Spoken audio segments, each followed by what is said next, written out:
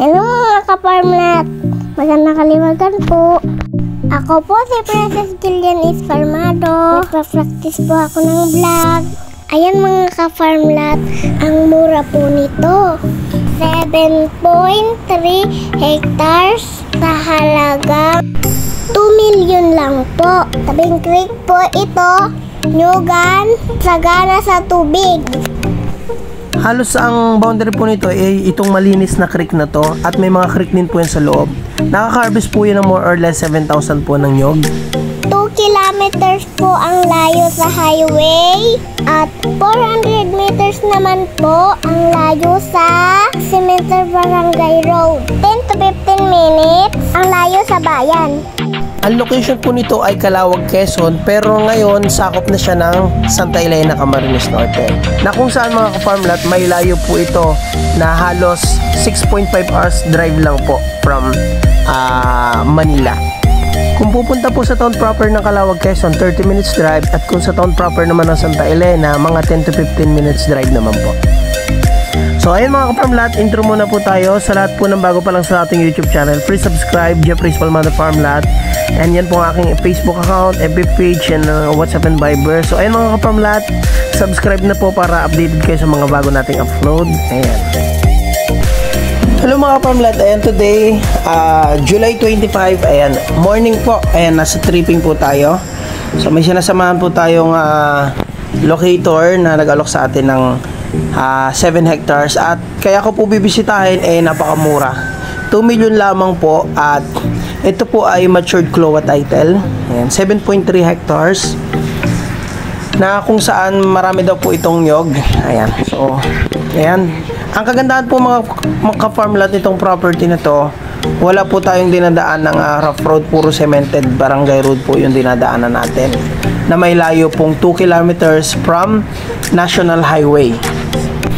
Ang location po ng property ay sa Calauag, Quezon po. Ano po, sa may unahan po ng Tabugon. Yan po kasi ay dating sakop po ng Calauag, Quezon, na ngayon merong siyam na barangay nang nasakop ng Santa Elena. So napasama na to. Ayan. So ang barangay po nito ay Barangay Gitol, Calauag, Quezon. Kaya sa title, Calauag pa nakalagay. So ayan. So ayun mga ka-farmlat, dito po tayo nag-park, dito tayo nag-stop. So ito na po yung entrance papunta doon sa property. So itong daan na to ay ito daw po talaga yung daanan na may mga property sa likod. Kaya ito po yung right of way talaga. Kung kakalsadahin, ay choice na po ng buyer. So magkaiba po ang arrangement sa daan tao, kasi pag daang tao po wala kang kailangan bayaran kasi nasa batas po na kailangan ka talagang may right of way. Pero kung daang sasakyan, kakailanganin pong bumili dyan. Kasi medyo malawak ang hagip ng kalsada kung dadaanan. Tsaka po ang isa sa magpapagastos sa daan dito, may mga nagbabaybay po kasi tayong creek pero ang kagandahan sana, walang ahon lusong tayong dinadaanan. Halos flat yung dinadaanan natin.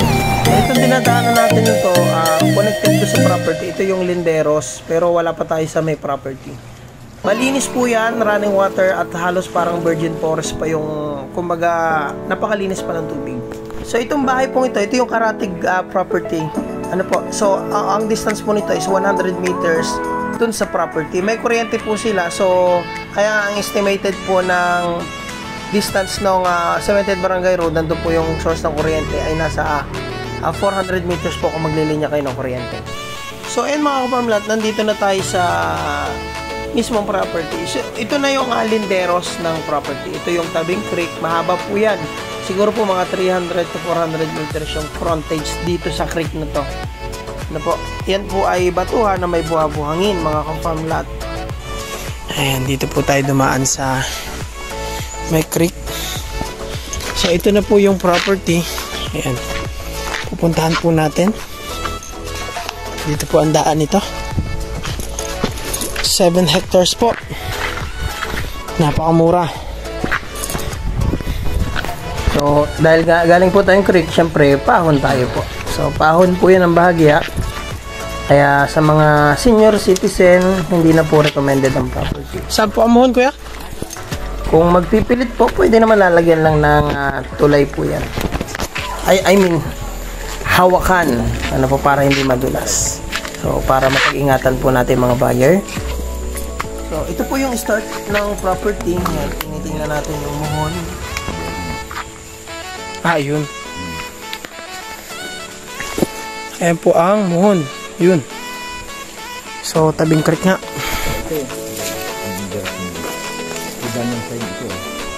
So, ito pong kabila, iba na may-ari. So, yan po ang sakop. So, itong property mga ka-farmlad, hindi po siya ganun kaganda. Ano po, kasi medyo bundukin siya. Pero, napakamura po naman kasi. Kasi kung maganda po talaga ito, medyo mahal po talaga ito. Pero kung i-rate po natin yung presyo niya, dun sa sitwasyon ng lupa, mas mura-mura pa rin naman siya.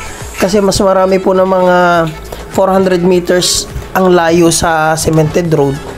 Pero, mas mahal yung property. At yung iba ay konti yung tanim. Ito kasi, mas marami po siyang tanim. Ano po? So, may income yung property. Kasi minsan, sa mga ganong presyo, yung 28, malamang wala pong tanim. Ito kasi may tanim po yan. Kaya sa mga naghahanap po ng investment, tamang-tama rin naman po yung property. Pwede pag in-harvest, dito mo na sa sapal at kukunin. So, ito mga ka-farmlat ay bagong relocate. Kakasukat lang po ito. So, niregain po kasi ng mga may-ari yung nasasakupan ng property nila. No? Kaya po binibenta to dahil yung seller po is nasa ibang bansa. Hindi na po nila maasikaso. Kaya po binibenta. And hindi rin po sila updated sa presyuhan, sa kalakarang presyuhan ngayon sa circulating market. Kaya wala po silang masyadong idea sa presyo. Kaya mura din yung anak po nila yan ng property. So, ang property mga ka-farmlat ay nakaka-harvest po ito before ng 5,000 more or less na harvest. So, ngayon dahil may mga nadagdag na puno dahil nung nirelocate po ito, maraming nasakop na nyug pa. So, estimated po, baka po nasa more or less 6,000 to 7,000 ang na-harvest na po na to na nyog. Gawa lang yan ang itinuturo ng kabila. Kaya lang nung pinasukat, sako pala. Sa mga buyer po na mahilig magtanim-tanim ng mga prutas, tama-tama po ito. Kasi ito pong properties dati daw po itong Daranghitaan. Kaya bukod sa nyugan, pwede nyo po pong taniman niya ng mga rambutan, lansones, o kung ano pa yung gusto nyong itanim sa property. Medyo malamig din po ang lugar.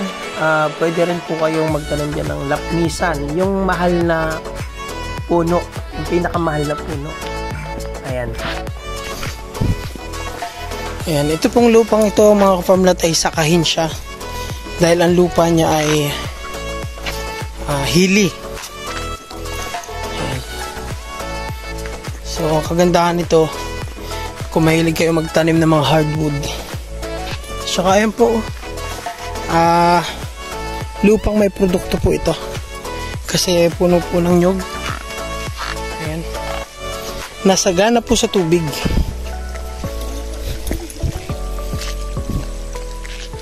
Ito po. May bukal pa dun sa taas. Ayan. So, may creek na sakop ng property. Ayan, may mga nara po dito.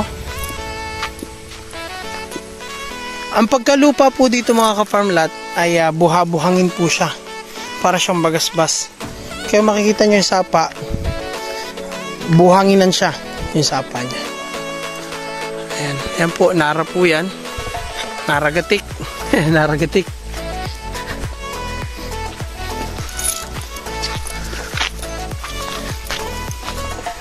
Sagana sa tanim.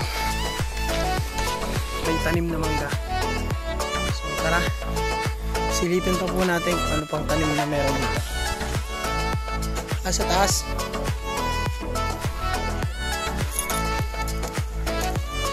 Maganda daw po dyan mga farmlet sa una-una doon sa may creek. Tsaka maganda yung pagkalupa doon. Maraming kawayan na pwede mong gawing kubo. Ayan. Merong kamyas. May langka. Ayan, may natatanaw tayong kamyas.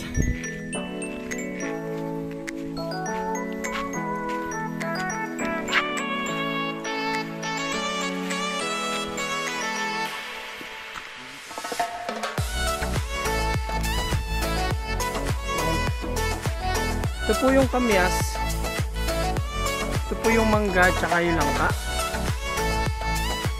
Tapos may creek na naman sa property. Sagana po sa tubig. Napakaganda po yung gawing camping site. Ayan.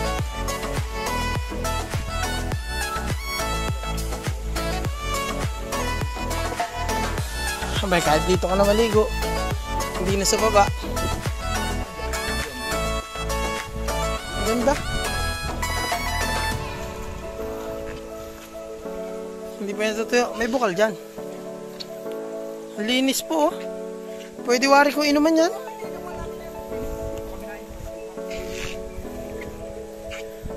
Ganda. Ayan po. Ito yung ikalawang creek na sakop ng property. Ayan. Bukod sa may malaking creek po dyan sa baba na linderos, then may mga maliliit na creek na sakop. Pwede po yung inuman.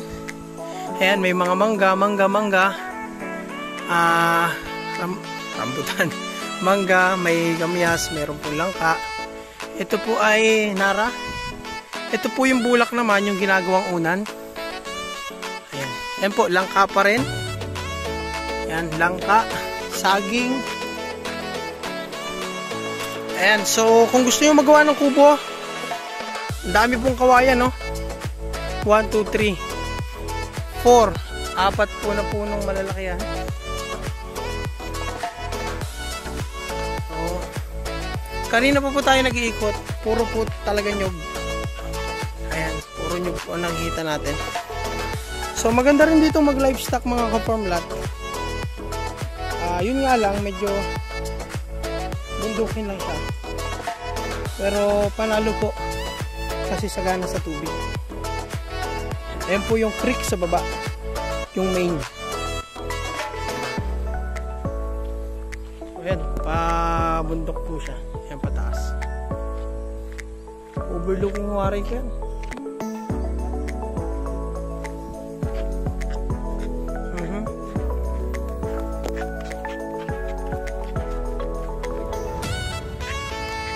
Madali lang mag-harvest dito. Gawa ng hagis ko na lang ng hagis pababa.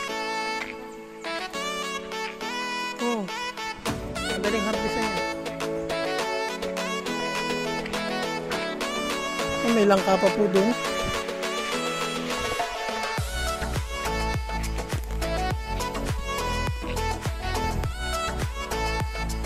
And may hardwood pa po doon. Ayun, antipolo yung puno. Tapos yung mga nyug po niya, takaran, mga pabababa pa.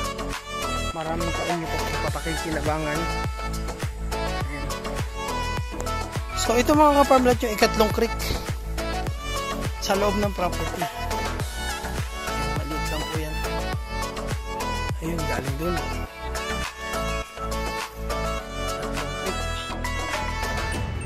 So ayan po yung dulong muhon. So yung tingin natin mohon, ito, yung dulo dito, tsaka yung dulo doon. So naglakad halos tayo ng mga 300 to 350 meters. Tapos straight po dito. Ibig sabihin, ito pong halos walang tanim na to. Yan, hindi na po sakop. Ang sakop natin, ito pong napakaraming nyug na tanim. So sakop po natin itong good lumber na to. Antipolo po yan. Yan yung ginagawang bangka, kuya, di ba?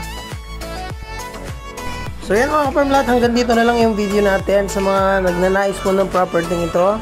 Ayan, napakamura niyan mga ka-farm lot, 28 pesos lang per square meter. Yung halagang 2 million mo, meron ka ng 7.3 hectares na farm lot na maraming nyog. Na pagpupuntahan mo, madali lang puntahan kasi puro cemented road ang dadaanan. Puro Dadrive ka ng highway, then after ng highway, papasok ka lang ng 2 km cemented barangay road. Tapos pag going to property, maglalakad ka po ng mga around 400 meters. So napakamura niyan doon sa layo niya sa highway, and then yung layo niya sa kalsada sa 28 pesos per square meter na maraming tanim. Napakamura pa niyan mga ka-farm lot. Hindi po kayo talo diyan, panalo po kayo diyan. Kaya yun mga ka-farm lot, hanggang dito na lang po yung video natin, and maraming salamat po sa panonood nyo. Dagsang biyaya po ulit.